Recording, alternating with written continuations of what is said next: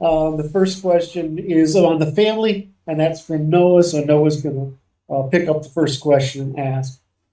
So the first question was given to us by someone named Ernesto, and it says, in previous discussions, the Natural Law Institute team mentioned that natural law can be employed as a guiding principle in child rearing. Could you please provide further insight on this topic? This is an excellent question because we're studying the laws of human cooperation and where better to apply those laws than in our own family. For myself, the very first thing that I started to apply was the truth before face concept, because it already aligned very well with my natural instincts and the training that I had. And in this case, it's a matter of not raising your children with the typical fantasy that a lot of children end up being raised with. And that can be very painful when you're a parent because it forces you to confront your own shortcomings. Many times, parents will tell their children things which make it easier to be a parent. Yep. It shuts the current problem down, but in the long term, there's big result or negative results from that. And what I do instead is I will admit when I've made a mistake, and sometimes my kid will catch me on something. He did this when he was 3. He caught me on a really big area that I was blind to, and he pointed it out, and it made me take a big change in how I had my relationship with my parents, for example. What I do is I point out to if my son notices I'm wrong, I'll explain where I made the mistake. I'll admit to it. I'll explain where my thinking was wrong, so how I ended up making that mistake, and how I'm correcting it, or have already corrected it. And this teaches your children how to think and how to learn from their mistakes. And it also humanizes that process so that they don't think that mistakes are disallowed. It's prohibited to make a mistake.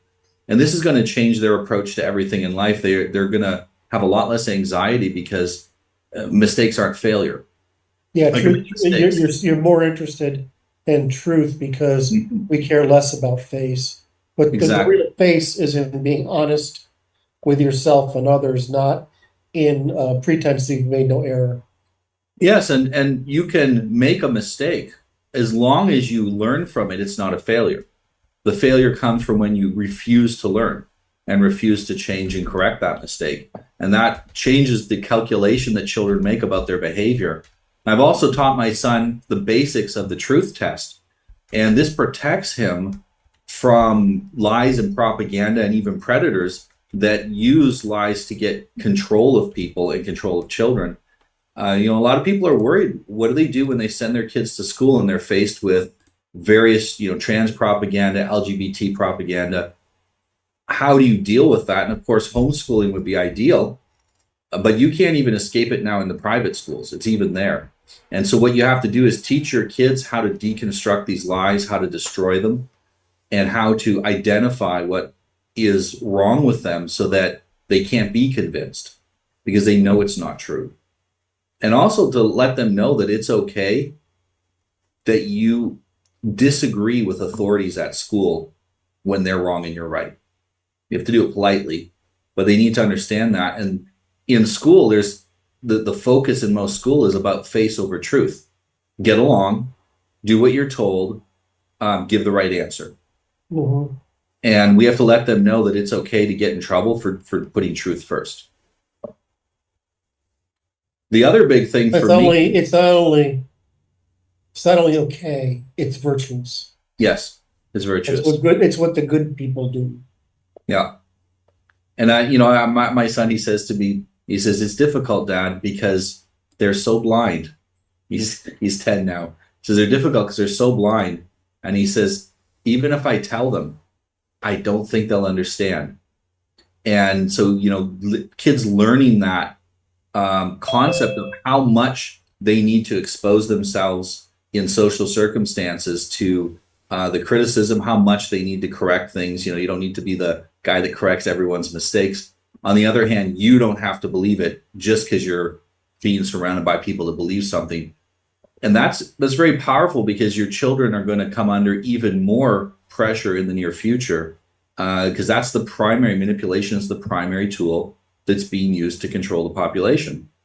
and their primary target is children because they're easier to manipulate. Yeah. The other big thing for me was considering long-term consequences. So there's a lot of things you can do to get behavior you want from your kids that don't have good long-term consequences. So you can use threats, violence, and manipulation to get the behavior you want, but then you've created children that are very susceptible to threats, violence, and manipulation. They're easy to control. And that's not an outcome that I want for my children. As I say to my kids, we're not raising peasants, we're raising aristocrats. Mm-hmm. So they have to be able to negotiate. And so I teach my kid how to use persuasion. If he disagrees with something that I've told him, he can have a disagreement with me. I say, no, I don't want you to do that thing. And he can have that disagreement with me and bring it out in a persuasive way and make his argument for why he thinks it's okay to do it. And that process teaches your children to think. Adult life is mostly negotiating outcomes with other people. Mm-hmm. Our children don't get that opportunity unless they do it with us. So no, well, I mean, they don't get it because they're not taught it by other than a few parents. So, I mean, you hit the issue, what I consider is the right issue, is we're trying to teach serfs and aristocrats. You know, I'd rather live in a world of an aristocracy of everybody, but that means everybody's responsible. Whereas in a world of serfs, and the whole point is that nobody's responsible. Right. So, so the thing is, and I don't know this answer to this question, which is, you know, that subject you just covered with those 3 points. You're gonna write a whole nother book on that. Yeah, I just did my next how to leave a legacy by raising aristocratic children. Great, thank you for that one. Good, welcome, Eric. Love you, man. You're mute. You're on mute.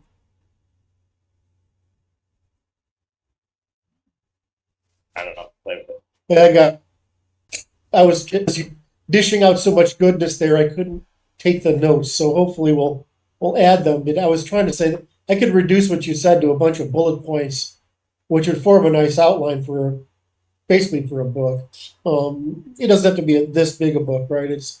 But you have to be able to, you know, it's like a lot of the trouble I get is that people want me to write a lot of examples, right? And I'm like, I'll write the examples when I'm done with the formulas so that all the examples are consistent.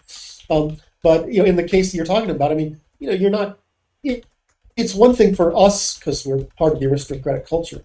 It's one thing for us to go in and say, okay, you need to negotiate. This is how you do it, whatever. But what if you're a parent and you don't know how? Yeah. Yeah, if you're a parent, you need to have a process to do it, and you first need to do it to yourself. Our objective as parents is for our children to surpass us, but they will only surpass us a certain amount. The rise to aristocracy doesn't happen in a single generation. It takes a while. There's a buildup of genetic and cultural potential until that can happen. And your goal as a parent is to get your kids closer to there, which means you have to change your thinking closer to it. And you can't expect to go from thinking like a peasant to an aristocrat overnight. That takes time. It's mostly about taking personal responsibility. How many things in your life will you be responsible for? And the more that you're able to be responsible for, the closer you're getting to that aristocratic mindset. It's the responsibility and the problem solving that causes it. You know, James Santiago says that. What I encounter, sorry, I just want to. I'm afraid you'll move on to the next brilliant point without letting me close this one up. So the problem I see with parents is there's and I see it mostly in mothers, and then mothers become overprotective because of guilt, and they prevent fathers from doing it. So the reality is that teaching your children is a job.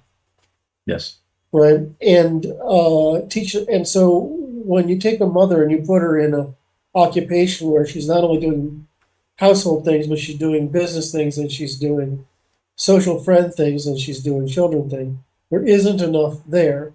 And so what you see is that they're not putting in the continuous effort to teach those kids, and they're offshoring it, yet they're ending up with unhealthy kids because of it. And the second thing I noticed is that there's a tendency of the mothers to feel guilt because they're not spending the time with the children, and then they because of the guilt they're lax, and then worse, because of the guilt they don't let their husbands discipline the children because they personalize it. And is there anything that can be done in that sequence at all? Because I see it. I mean, it's almost like endemic. An endemic. I mean, it's pretty common problem. Yeah, the guilt part is a huge part of it, and the other is that for a lot of mothers, they're overburdened with things that don't matter, and they should be overburdened with children. You know, Right. I know a woman has 10 kids, and she says to me, it wasn't any harder after 4, because she says at that point you got to start teaching kid 1 and 2 how to act in a mature, responsible way, because you just can't handle 10 infants essentially. So they you know that you're going to have more kids. They need to grow up, and so you're right on that track from the beginning. How can I maximize this kid's potential to take care of himself and be self-sufficient? Montessori training does that on an educational or institutional level. And for a lot of women, I think what it is that they don't have enough children so that they're forced into it. And most of the time we don't make these kind of changes unless we have to. And so that the key is, how do we incentivize women to do it? Because it's not beyond their capacity. They're going to have to go and learn how to do it. But even to get them to incentivize them to do that, that's really the key. How do we incentivize them to do it? And as far as the part about not letting the fathers discipline the kids, I made it very clear to my wife when my son turned 7 that no, he's mine now. You can, the littlest ones are yours. He's mine now. And if he needs discipline, you send him to me. I'm taking that burden away from you. The husbands, the fathers, we need to frame it differently. We're taking that burden away and that responsibility from you. And again, it's about taking responsibility that gets us where we want to go. And we have to take the responsibility for the son. I tell my son, if you want something, do not go ask your mother. You want or need something or permission, you come to me and ask me. So that he gets used to dealing with me, dealing with a man, rather than always exactly. You're used to dealing with men. Yeah. I always found it was just so interesting raising daughter versus son, right? This, at least my son in particular. I mean, they're both kind of on the spectrum a little bit, so they're not that complicated. But I always find it interesting how clear you can be with your son, right? How simple and clear, and it's fine. And I could never explain to my wife that the more you talk, the more he's going to ignore you, right? Because you just make it simple. My son would come back and say, "Explain this to me," right? Which is what you do, right? And I would just explain it. And he would eat this stuff up. But you can't just it's like nagging to men or women telling stories, right? After you start to have some self-awareness, which is around 7, it's fucking hurtful, all that noise, right? I mean, it's like she would tell my son, well, Christian, it's time for dinner. Why don't you get up and then you can come sit down. And I'd say, Chris, come here, sit, right? Yeah. It's no, and it was like, oh, you just went along with it. My daughter, it was too easy, but the girls always have all this crap in their head. Well, right? Men communicate like we're on the battlefield. We always communicate like that. Unclear orders get people killed. So exactly. I've tried to explain this to my wife, and it's hard for her. When she wants him to do something, she'll explain what she wants, and at the end, I'm not even sure what she wants. Yes. And he's sitting there and she's upset because he doesn't move towards resolving the thing that she wanted. And I'm like, what do you want him to do? You want him to stop doing that thing. You say, stop it, and say the thing you want that he's doing, that you only need a couple of words. Yeah. And and she's more inclined to the simple speech. So for your average woman, they're too verbose in giving instructions to boys, and boys just want to know precisely what is expected of me. So can I riff off what you said a minute ago then?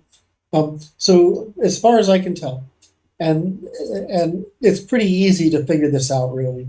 It's just that we want it to be otherwise.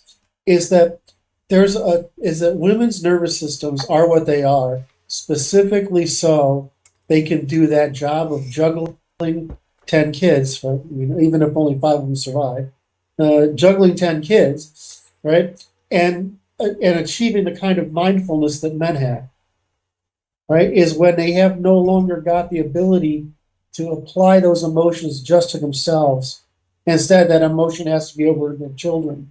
And so I tend to think of it as, well, we say women can be dysfunctional and crazy and overly self-absorbed but that's just because the energy hasn't got anywhere to go. Yeah. It's like when we're like 17, I'm sure you can remember this, right? We're like 17. Is that physical? That wants to come out, right? And if you don't put it out there, bad things happen because you start letting it out at the wrong times with too much intensity, right? Rather than, well, if I just play sports every day, I never have any of these fucking problems, right? Yeah. So I tend to say, well, nature did a pretty good job, and we're in a situation where I think the data I saw yesterday was only 40-something% of households have children now. Yeah. Right. So if you wonder why our society is falling apart, it's because society needs to be for children, not for individuals. And because what's the first unit of production? It's the family, right? I mean, humans are what we have to produce in order to keep production going. So, this whole collapse in relationships, collapse in marriage, collapse in relationships, collapse in marriage, and collapse in reproduction, and collapse in the family. These are all part of this hyper-individualism, which is really, I'm going to get in trouble for this, just an expression of female hyperconsumption in the absence of children. They're directing their energies to something that they weren't designed for. Excuse me. I'm going to get in trouble with that. So didn't evolve for. And you mentioned that the raising of humans is the primary production of society. And Luke Wellington's brought out that it's really the objective is to raise mothers and fathers. Right. So it's not raise children, it's not raise even man and woman, it's to raise mothers and fathers. And even if those individuals do not have children, they need to produce something of value. So we've had some incredibly important European figures that didn't have kids, like Isaac Newton. But that doesn't mean we call him the father of physics, because he did produce. Exactly. He produced things of high value in the absence of children. They didn't just consume. And that's the problem now, is we're producing people who barely passed childhood and all they do is consume. They're not producing anything of lasting value. And even then, we can have very few of those people that are producing stuff instead of children. Well, I mean, you don't want to insult them, right? But because the economic condition that's driven them to this position, and the political condition that's driven to this position. Well, I mean, they're following rational incentives, right? Right. Except our ancestors were much poorer and still had kids. Okay, yeah, well, but that's part of the problem of rational incentives. Yep. But the problem is, they used to say, well, I have to have kids because who's else is going to take care of me as I get older? Well, I mean, so they say, well, then what you do with modernity, you say, well, the society is going to take care of me. Except if they're not having kids, there's no effing kids to take care of anybody. So, I mean, if you look at where this is going, you're not going to have retirement. Yep. You might not even have medical care. So you got to have kids are not just a luxury good. We've already hit that point. Yeah. You can't get a tradesman right now. Yeah. You have a hard time finding a tradesman under 50. And if you do, the very few young tradesmen, they're booked up ahead a year or two. Yeah. They're completely booked. And if they happen to be a tradesman and they're good at business, they're making a lot of money. Yep. Easily, they're making 6 figures. Yep. I mean, guys ask me all the time, what should I go into? Because I wrote this the other day on Twitter. I said, my generation, if you were an educated guy, you was like finance or engineering or computer science or law or medicine, right? I mean, that's what you went into one of the professions. And I was like, well, medicine, law, and engineering. And then the computer thing came around and I switched from engineering to computers. So I just chose computers because it had the least dick sucking to do in order to get your degree. So I went off and chose computers, and I was printing money for most of my life, right? But if you look at it today, when kids ask me today, if guys says, "Well, dude, unless you're in the upper 3%, right?" I would say the trades are printing money. Yep. They're printing money, right? And we get under immigration or control, it's going to print more money. So, the whole thing is that if you're printing that money, you want to save it, and we don't want to tax you of it. That's two things, right? Because the only thing about the trades is your body you need to lower the stress on your body by 50, because after 50, the trades are hard on your body. So you want to take that 18 to 48, right? That 30 years, is that 30 years? 20, 30, 40, okay. Sorry. That 30 years, and you want to put enough away because you're making absurd money while everybody else is going $100,000 in debt in college and not instead paying down a home mortgage, which then appreciates over time. You just want to save enough of your working class money that you're basically able to retire in your early 50s and then spend the next 20 years making some money, but not doing what guys in my group do, which is you work really hard and then all of a sudden at 35 you start making a lot of money. Yeah. Right. And then you can save that money because you can work to your 60. Yeah, and the trades have changed a bit in the sense that they're not as hard on their body as they were before. And I talked to some. I used to work. I had a home renovation company, so I hired tradesmen all the time. And I hired this older man who was a plasterer, and he was trying to explain to me. He says European tradesmen don't have as many health problems as North American tradesmen because they're not just trained how to finish the product.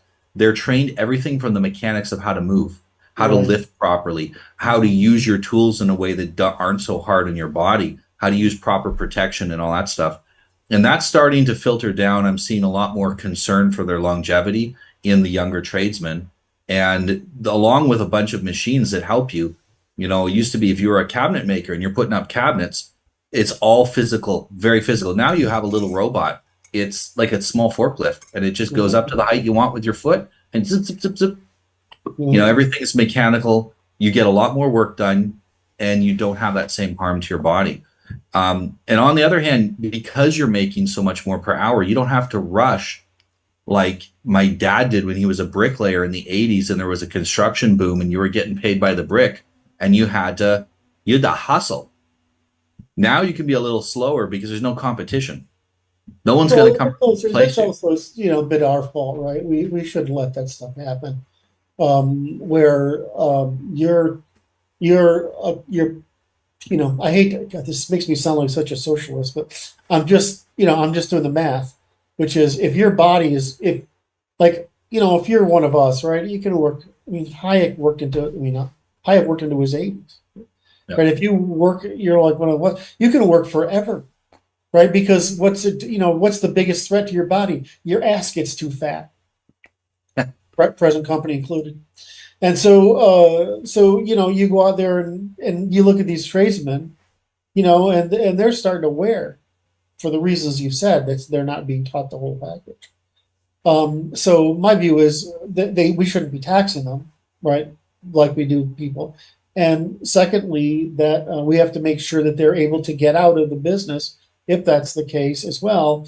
But secondly, well, I don't want to. I feel I'm sitting here looking at the clock and say we've been on this topic for 35 minutes, and maybe I should shut the hell up.